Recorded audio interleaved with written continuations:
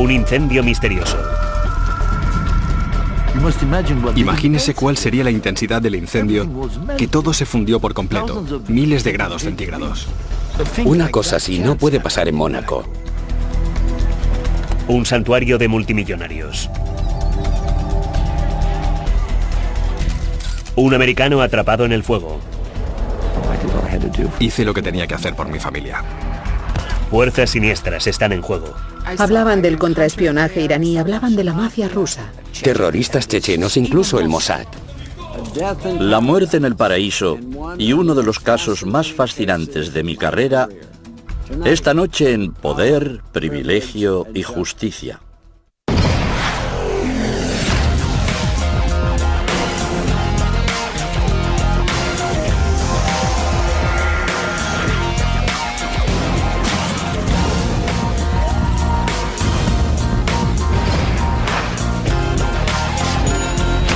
Crímenes imperfectos, ricos y famosos. Misterio en Mónaco.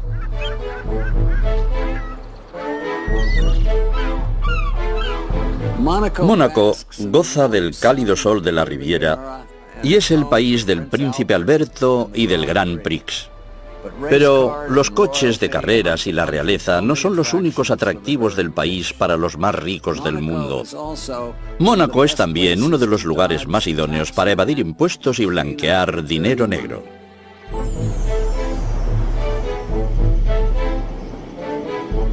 Es el 3 de diciembre de 1999. Está a punto de amanecer y los residentes de este pequeño principado están arropados en su cama. Entre los riquísimos y discretos ciudadanos de Mónaco se encuentra el banquero multimillonario Edmond Safra. Era el hombre más rico de Mónaco después del príncipe. Safra y su esposa Lily poseen el ático más grande de Montecarlo. Un espacioso dúplex en lo alto de un edificio de 6 plantas, conocido como la Belle Époque. Abajo, en el vestíbulo, hay un conserje de guardia. La señora Safra duerme en su propia ala de la sofisticada residencia. Su esposo de 67 años está aquejado de Parkinson y necesita atención constante. La enfermera Vivian Torrente está a su lado.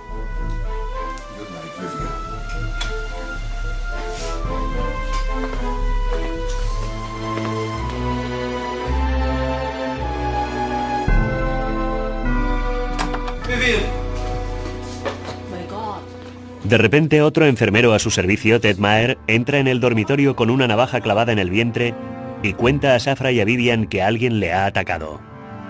Han entrado 2 atracadores y no sé dónde están. Maher explica que mientras estaba sentado junto a la puerta del dormitorio, alguien le había golpeado por atrás, pero él se había resistido.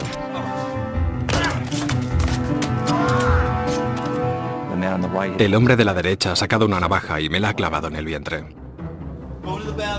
Maher le dijo a Torrente que entrara con Safra en el cuarto de baño y cerrara con llave.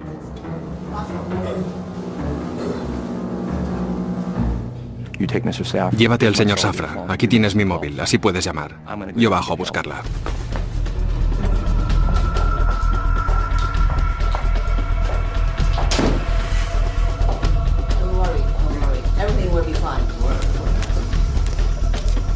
Maher se dio cuenta de que tenía que avisar a la policía. Pensé, la alarma de incendios, genial. Cogí un papel con mi mano libre y lo encendí.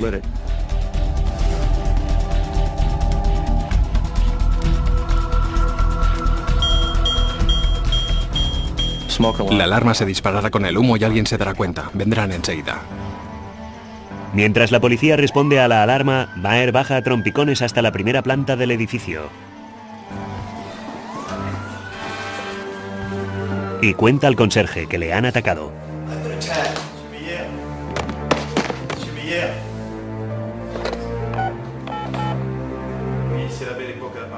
El conserje creyó que le habían disparado y contó a la policía que habían disparado a un hombre. Por ello, la policía creyó que habían entrado terroristas en el edificio.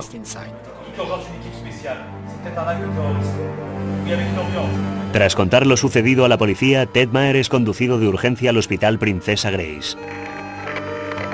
A las 5 de la mañana el Principado se despierta con las sirenas de decenas de vehículos de policías y bomberos alrededor del edificio Belle Époque. Era una situación de pánico total.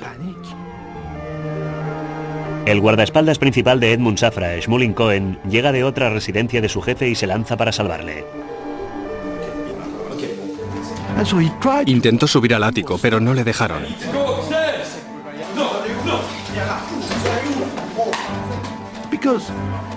Porque no sabían quién era aquel hombre.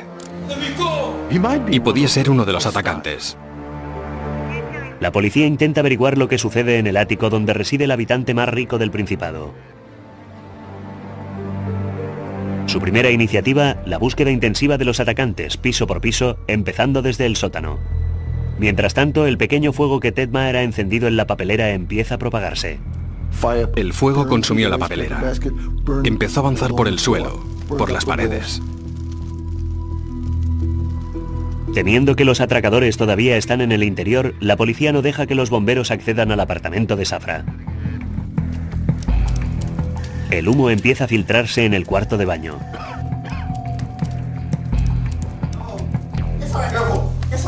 Safra y Torrente llaman pidiendo socorro. Lily Safra había escapado a las 6 de la mañana, cuando le había despertado la alarma contra incendios.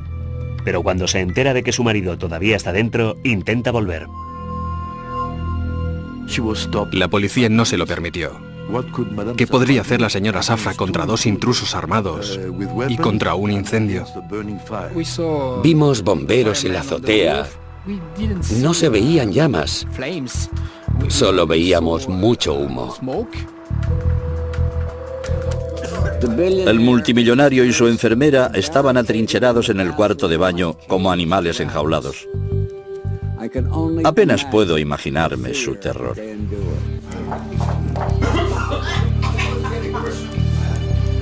El pánico de Torrente y Safra va en aumento y llaman de nuevo pidiendo socorro.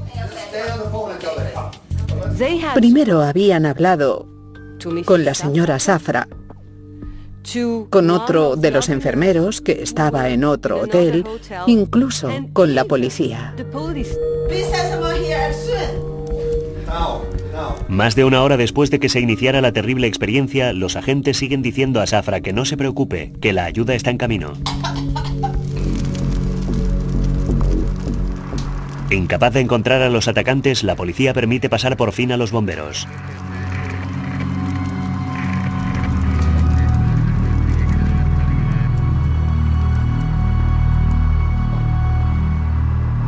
Nadie pudo entrar hasta las 7:30. Reinaba el caos más completo, todo el mundo gritaba, se comportaban como suelen hacerlo los franceses.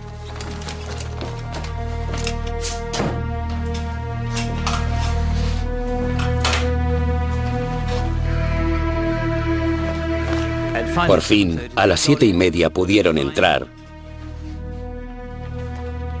y se los encontraron muertos a los dos, a Torrente y a Safra.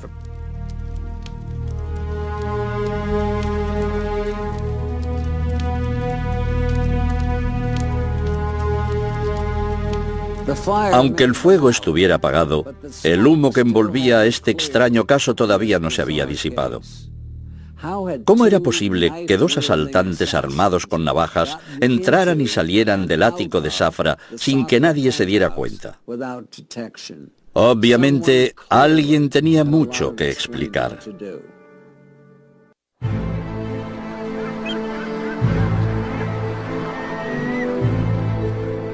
El banquero multimillonario Edmond Safra y una de sus enfermeras han muerto en un misterioso incendio. El interrogante al que se enfrentan los investigadores es ¿qué ha pasado con los intrusos cuya irrupción ha impulsado al enfermero Ted Maher a iniciar el fuego? Eran dos atacantes. Mi hermano les plantó cara. Intentó proteger a su jefe, a la otra enfermera y a la señora Safra, y se portó como un héroe.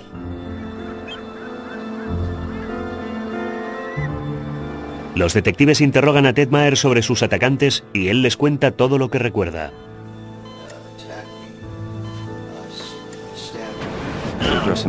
Iban vestidos de negro. Eran muy altos, más de 1,80 m. Por la forma en que aquel hombre sacó la navaja, se notaba que era un profesional. Quiero decir, no era un matón cualquiera que solo pretendía robar un cuadro muy caro. Sabía lo que hacía. Mónaco, considerado como un seguro refugio para los más ricos, intenta recuperarse del ataque. Uno de los rasgos característicos de este país es: en Mónaco no hay violencia de ningún tipo ni suicidios. Forma parte del mito del paraíso.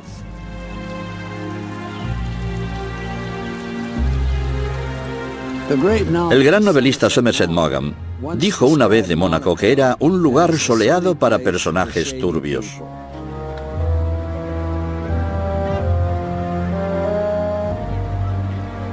No hay vagabundos ni mendigos, y apenas delincuencia en esta nación más pequeña que el Central Park de Nueva York.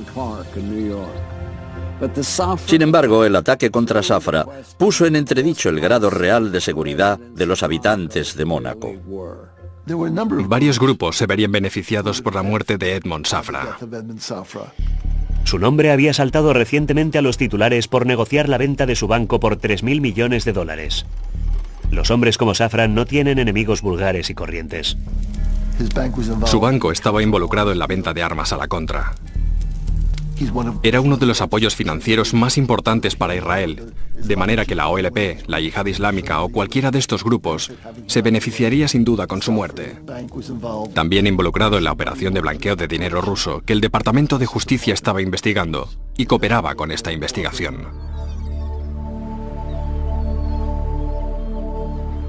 La policía descubre que la esposa de Zafra, Lily, heredará la mayor parte de sus 2.500 millones de dólares, a expensas de los hermanos del difunto. El testamento de Edmond Zafra había sido modificado un par de semanas antes de su muerte, limitando o eliminando por completo la parte de sus hermanos en la herencia. Pero Lily había aportado al matrimonio cientos de millones de dólares de patrimonio, y la opinión general era que su relación con el fallecido había sido excelente, por lo que pronto se descartó la posibilidad de que tuvieran nada que ver con la muerte de su marido. Vivían una vida espectacular. Edmond Zafra y Lily tenían un apartamento en uno de los edificios históricos más hermosos de la Quinta Avenida. Solo había visto a Edmond y Lily Zafra una vez, en la ópera, pero incluso desde lejos percibí el aura de extraordinaria riqueza que les rodeaba. Costaba imaginar un final tan sórdido para aquella vida de cuento de hadas. En Londres, tenían dos casas contiguas en Eaton Square. Eran además los propietarios de la Leopolda, construida para el rey de Bélgica, que se vende ahora por 265 millones de dólares. Los detectives siguen investigando en el ático destrozado, pero no encuentran señal alguna de que alguien haya forzado la entrada, ni rastro de los atacantes en las cámaras de vigilancia. ¿Cómo era posible entonces que dos intrusos armados penetraran en uno de los edificios más protegidos de Montecarlo y luego desaparecieran simplemente? ¿Y qué había sido del sistema de seguridad de Zafra? Cuando paseaba por sus fincas, sabía que detrás de cada arbusto había alguien armado.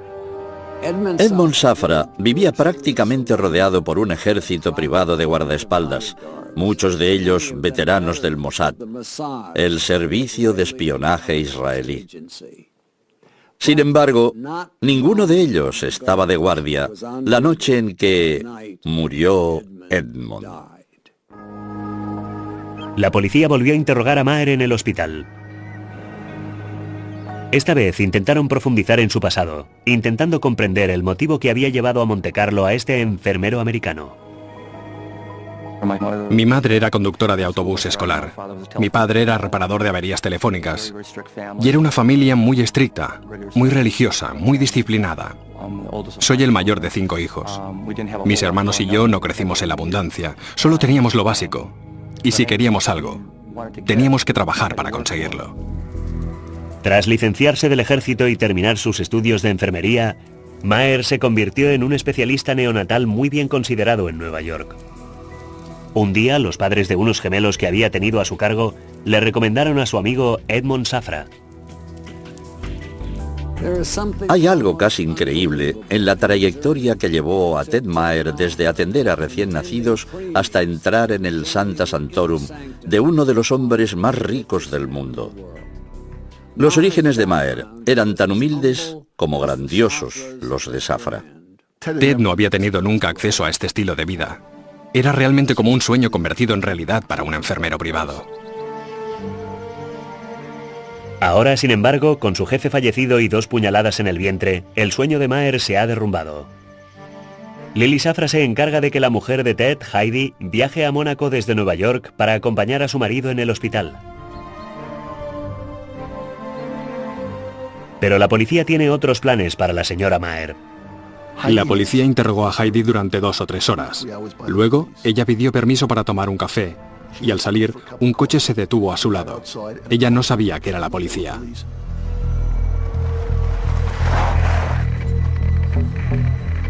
Tres hombres le obligaron a entrar a empujones en una camioneta y se la llevaron a la habitación de hotel donde vivía Ted.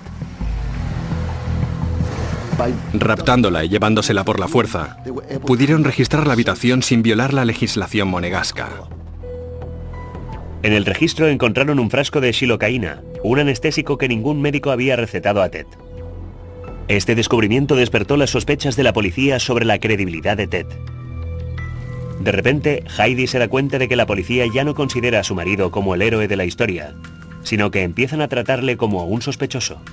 Entonces llamó a la hermana de Ted, Tammy, para contarle lo sucedido. Estaba llorando. Me dijo que la habían raptado unos hombres enmascarados con una camioneta. Me contó que se la habían llevado al apartamento de Ted y entonces empezó la pesadilla. Los días posteriores al ataque contra Safra, todo eran conjeturas. ¿Habría sido la mafia rusa? ¿Los rebeldes chechenos? ¿La OLP? Los ociosos corrillos de Mónaco quedaron conmocionados al descubrir que el principal sospechoso era un simple americano que vivía bajo su propio techo.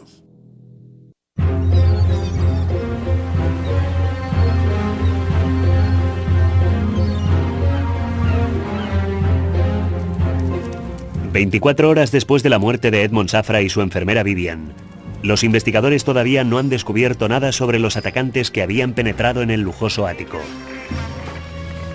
Para el horror de Heidi Maher, las sospechas se dirigen ahora hacia su esposo. La señora Maher se había marchado de Nueva York creyendo ir al encuentro de su marido, convertido en un héroe, pero al aterrizar en Mónaco, el héroe ya no era un héroe, sino un criminal. La veracidad del navajazo era muy dudosa porque llevaba un jersey de lana o algo parecido y curiosamente le habían apuñalado sin que la navaja atravesara la prenda. El jersey de lana no presentaba ningún orificio, solo le había atravesado la piel.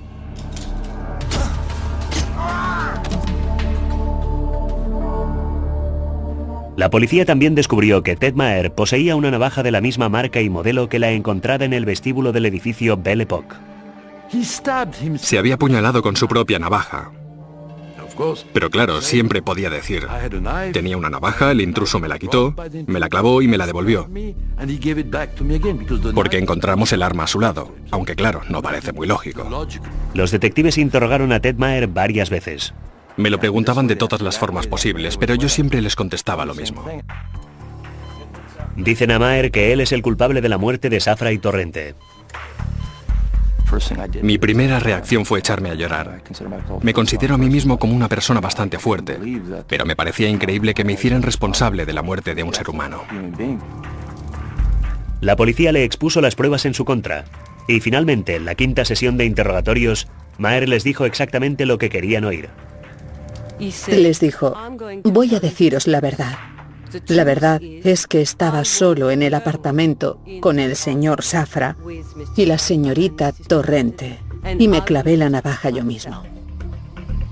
Ted Maher declaró a la policía que había organizado un falso ataque y había iniciado el fuego para que cundiera el pánico, que todo había sido un montaje. Quería impresionar a su jefe, que le viera como un héroe. Tras ser dado de alta del hospital, la policía se lleva a Maher a comisaría. Ya han oído su declaración. Ahora quieren que firme su confesión. Para presionarle, utilizan el pasaporte de su mujer. Me enseñaron ese pasaporte y me dijeron, aquí hay una foto de vuestros hijos. Sabemos que son muy pequeños y que su madre estará mucho tiempo sin verlos. Ted Maher pensó que el futuro de su familia estaba en juego. Aquel investigador me dijo que tenía que firmar. En caso contrario, no soltarían a mi mujer. Y yo firmé porque no tenía otra opción. Hice lo que tenía que hacer por mi familia. 3 días después del trágico incendio, mientras Edmond Safra recibe sepultura en Ginebra, el fiscal general de Mónaco convoca una conferencia de prensa para anunciar que se presentan cargos contra Ted Maher. Dijo que el señor Safra era un jefe excelente y que él solo quería llamar su atención. La señora Safra no podía creerlo. Se quedó estupefacta. ¿Por qué? ¿Por qué? ¿Por qué motivo? ¿Qué circunstancias pueden llevar a un hombre a cometer ese acto?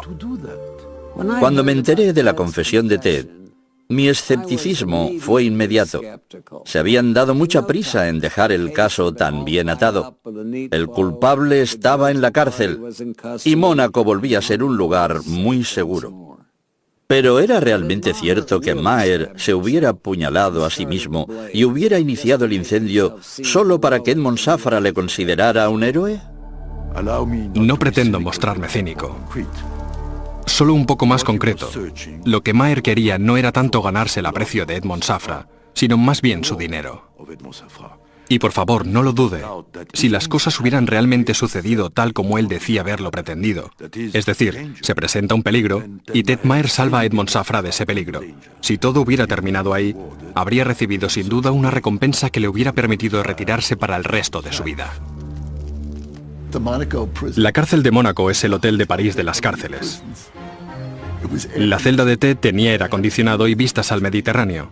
Una nevera, una cama grande y un escritorio. Un día que yo estaba allí de visita, le trajeron la comida. Y el primer plato era aguacate con vinagreta y el segundo un pescado del Mediterráneo con salsa Meunier de mantequilla. Durante 2 años, Maher languidece en la lujosa cárcel monegasca. En 9 ocasiones es sometido a intensos interrogatorios y en todos ellos se reafirma en su confesión. En su fuero interno, sin embargo, sabe que sí entraron unos atacantes, aunque nadie más los viera.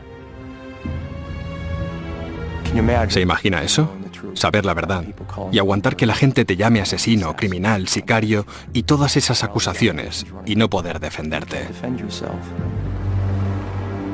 Finalmente se fija la fecha del juicio, el 21 de noviembre de 2002.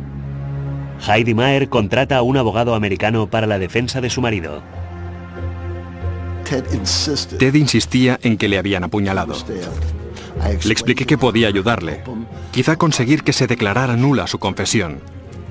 Yo estaba convencido de que la verdad le permitiría salir libre, pero sus otros abogados le habían dicho que ya nadie podría creerle. Yo estaba convencido de que un hombre inocente iba a ser víctima de un gobierno que no podía tolerar un delito sin resolver en su pequeño y perfecto principado. Y ahora, cuando Ted Maher iba finalmente a comparecer ante un tribunal, regresé a Montecarlo para seguir de cerca el proceso.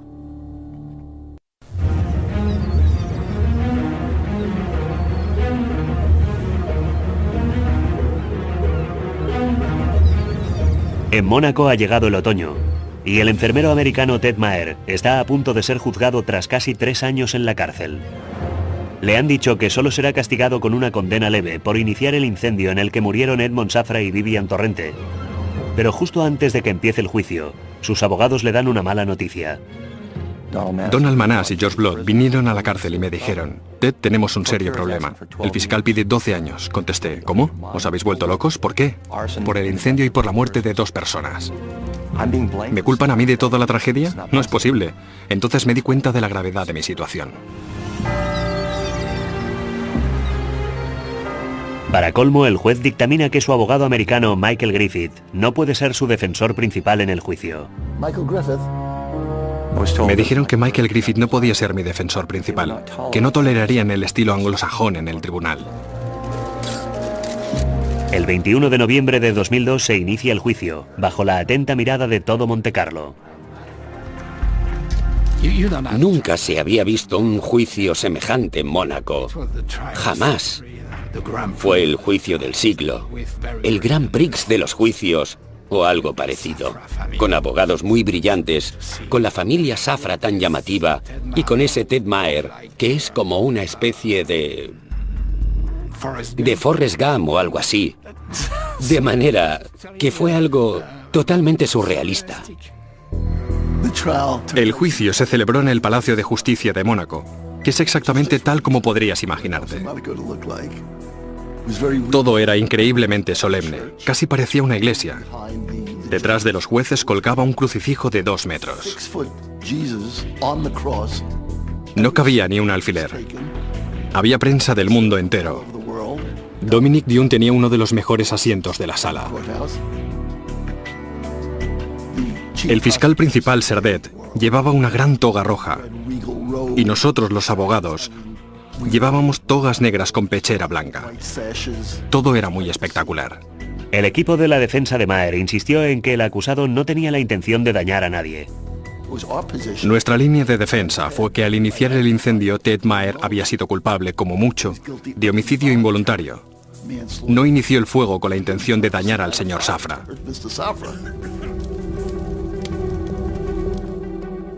Según la legislación monegasca, Lily Safra tenía el derecho de participar en la acusación como esposa de la víctima. El príncipe Carlos de Inglaterra le recomendó que siguiera los consejos de Mark Bolan, el brillante relaciones públicas británico. Bolan le aconsejó que se vistiera con un traje pantalón de Yves Saint Laurent de 25 años antes y se abstuviera de ponerse joyas. Pero era inevitable. Lily Safra se convirtió en la estrella del espectáculo.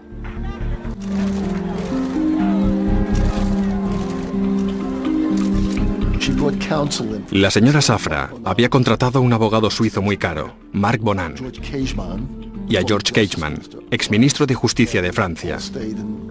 Todos ellos se alojaban en sendas suites del Hotel de París, uno de los más caros del mundo. Calculo que se gastó casi $1 millón en la acusación contra Ted. Pero Mónaco y su familia real también están involucrados en el juicio. Una cosa así no podía suceder en Mónaco. Por eso viene tanta gente rica. Y si empieza a correr la voz de que pueden asesinarte en tu propio apartamento, en pleno centro de Mónaco, y la policía no viene, los bomberos no entran, aunque se produzca un incendio, pues tú agarras tu dinero y te marchas corriendo. Pocos recursos propios puede presentar Maher contra toda la fortuna de Lily Safra y la enorme riqueza del gobierno monegasco. Yo sabía que estaba en un aprieto muy serio, y sabía que ellos tenían todas las cartas en la mano, pero que en este juego, por desgracia, se trataba de mi vida. En la sala del tribunal había 19 abogados. 19, ¿se imagina?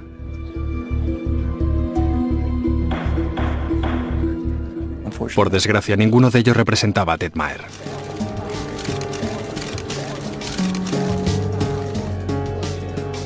A los pocos días de iniciarse el juicio, Joseph Sitruk, el gran rabino de Francia, comparece ante el tribunal como testigo y amigo de Edmond Safra.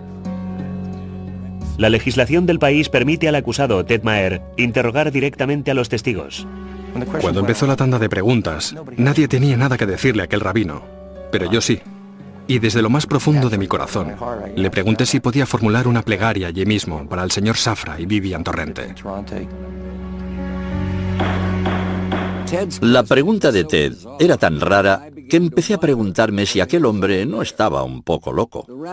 El rabino empezó a salmodiar en hebreo y los jueces, jurados, testigos y abogados se levantaron e inclinaron la cabeza. Fue un momento surrealista, asombroso. Los abogados de Maher atacaron a la policía y los bomberos por su deficiente actuación en lo ocurrido. En uno de mis interrogatorios me enfrenté a un agente, el primero en llegar al lugar del suceso, que había dicho que Ted había sido víctima de un tiroteo. Le pregunté si había visto alguna vez una herida de bala o de arma blanca y me contestó que no. Le pregunté cuánto tiempo llevaba en la policía de Mónaco y contestó que 22 años. Le dije entonces, ¿cuál es la peor herida que ha visto? Y contestó que una botella de champán rota en la cabeza de otra persona. La defensa sostiene que la policía y los bomberos hubieran podido salvar a Edmond Safra si hubieran entrado antes en el ático. El fiscal Serdet, que siempre dice cosas raras, afirmó: actuaron con la lentitud necesaria. ¿Qué demonios quería decir con eso? El resultado eran 2 víctimas mortales, pero eso es lo que dijo delante de toda la sala. La persona que más conmovió al público asistente al juicio fue Heidi Maher. El amor que profesaba su marido y su confianza plena en él no habían flaqueado ni un momento. Estaba sentada en la hilera de enfrente y no quitó la vista de su marido ni un segundo. Mi mujer estuvo presente en el juicio. Yo hubiera deseado que no estuviera porque tenía que ser muy convincente, y por desgracia terminé convenciéndola. Cuanto más hablaba Ted, más empecé a dudar de su historia. No era nada en concreto, pero a veces su mirada parecía perderse cuando daba alguna respuesta demasiado prolija. Cuando se terminó el juicio, para mí había perdido por completo su credibilidad. Al principio, cuando hablábamos con Ted para preparar su defensa, se comportaba como una persona normal. Pero con el tiempo, la mirada de Ted se volvió cada vez un poco más rara. Su forma de hablar, su forma de explicarse, se notaba que estaba loco, que le pasaba algo raro, pero parecía un chico muy agradable.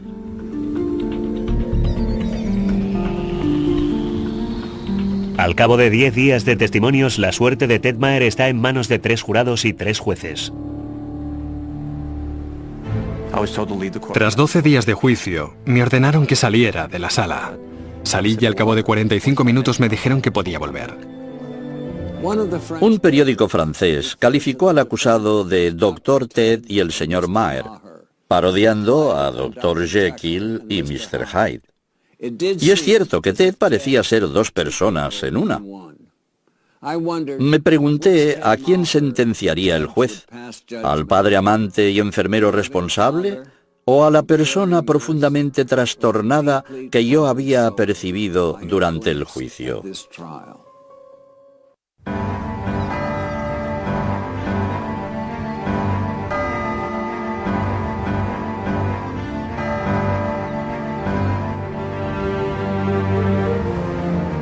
Tras una corta deliberación, el jurado del caso contra Ted Maher regresó a la sala para anunciar su veredicto. No podía creerlo. No tuvieron tiempo de deliberar, solo 45 minutos en uno de los juicios más importantes en la historia de Mónaco. Y entonces el presidente del tribunal leyó un papel que obviamente había sido redactado con mucha antelación, durante 1 hora y 20 minutos.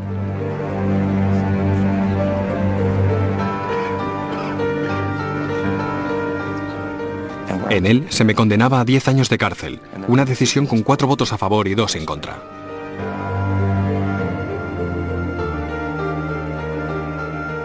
Heidi Maher utilizó mi teléfono móvil para llamar a su madre en el estado de Nueva York. Solo le dijo culpable. 10 años. Díselo a los niños. Cuando me devolvió el teléfono, pude ver que estaba llorando. Siento la más profunda simpatía hacia esta mujer, que había venido para abrazar a alguien a quien amaba, y que en cambio descubre que no es más que un vulgar criminal. En un extraño giro de los acontecimientos, Ted pidió perdón públicamente a las familias de Safra y Torrente. Heidi me contó más adelante que sintió el deseo de levantarse y gritar: «¿Y yo? ¿Y nuestros hijos?». Obviamente el matrimonio había llegado a un punto de ruptura. Ella se rindió. Estaba harta de todo aquello. Estaba harta de los medios de comunicación. Estaba harta de luchar tan duro. Solo quería seguir con su vida. Y pensaba ahora que su marido era culpable. Me dolió tanto. Yo todavía la quiero. Heidi decide dejar a Ted. Ahora al enfermero americano le esperan 10 largos años de cárcel. Intentaron empujarme al suicidio, literalmente. Me hicieron la vida imposible. Pero yo me mantuve firme, no quería suicidarme. Porque sabía que algún día estaría libre, y la historia no estaba cerrada. Si me hubiera quitado la vida, no podría contar nunca la verdad. A las 8 semanas de su encarcelamiento, Mónaco parece haber olvidado ya a Ted Maher. Y Ted Maher tampoco quiere saber nada de Mónaco.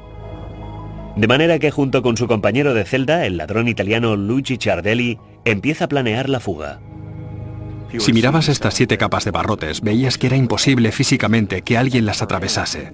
Era totalmente impensable que alguien se propusiera salir por la ventana.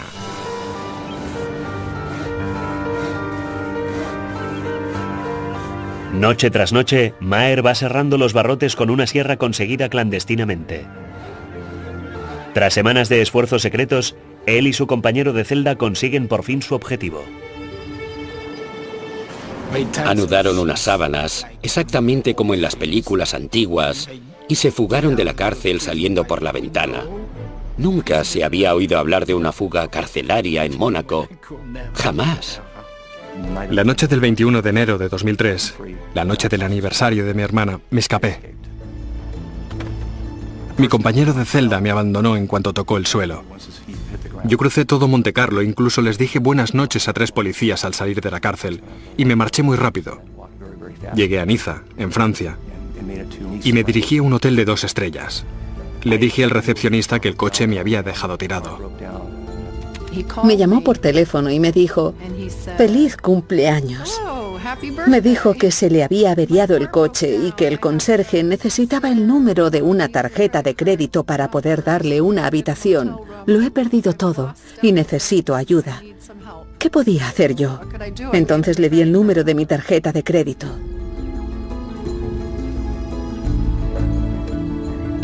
Pero estaba muy preocupada. Me registré en el hotel con un nombre falso. Es una ciudad grande, era imposible que me encontraran. Imposible. La noticia me conmocionó.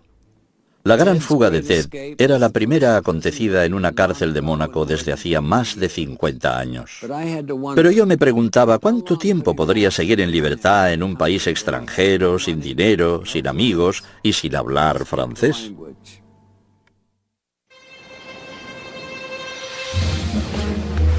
En un giro totalmente inesperado, Ted Maher, declarado culpable de la muerte de Edmond Safra, ha conseguido fugarse de la cárcel de Mónaco. Se aloja en un hotel de Niza e intenta planificar su siguiente movimiento. Durante la noche me había puesto en contacto con mi mujer, Heidi, que no quiso ayudarme. Heidi llamó entonces a los abogados de Ted en Mónaco para informarse sobre lo ocurrido. Ellos, a su vez, llamaron a la policía que negó rápidamente la fuga de los reclusos. Solo es un rumor, están acostados. Hacemos la ronda de control cada hora y están durmiendo. Maher llama entonces a un sacerdote que ha estado administrando algún dinero para sus gastos en la cárcel. Y le dije, Padre Bol, necesito el dinero que mi familia le ha dado. Y me contestó, Ted, llámame mañana por la mañana.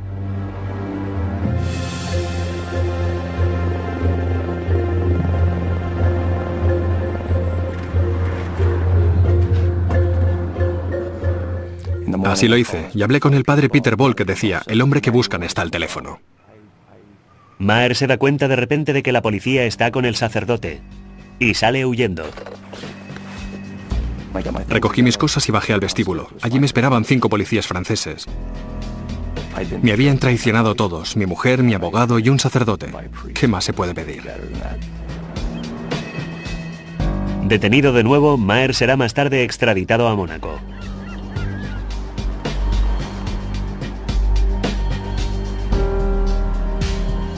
Una vez más, comparece ante el juez en el Palacio de Justicia de Mónaco, pero esta vez por haberse fugado de la cárcel. Asistí al juicio por su fuga y descubrí que Ted Maher no había cambiado. Su sistema de defensa seguía igual.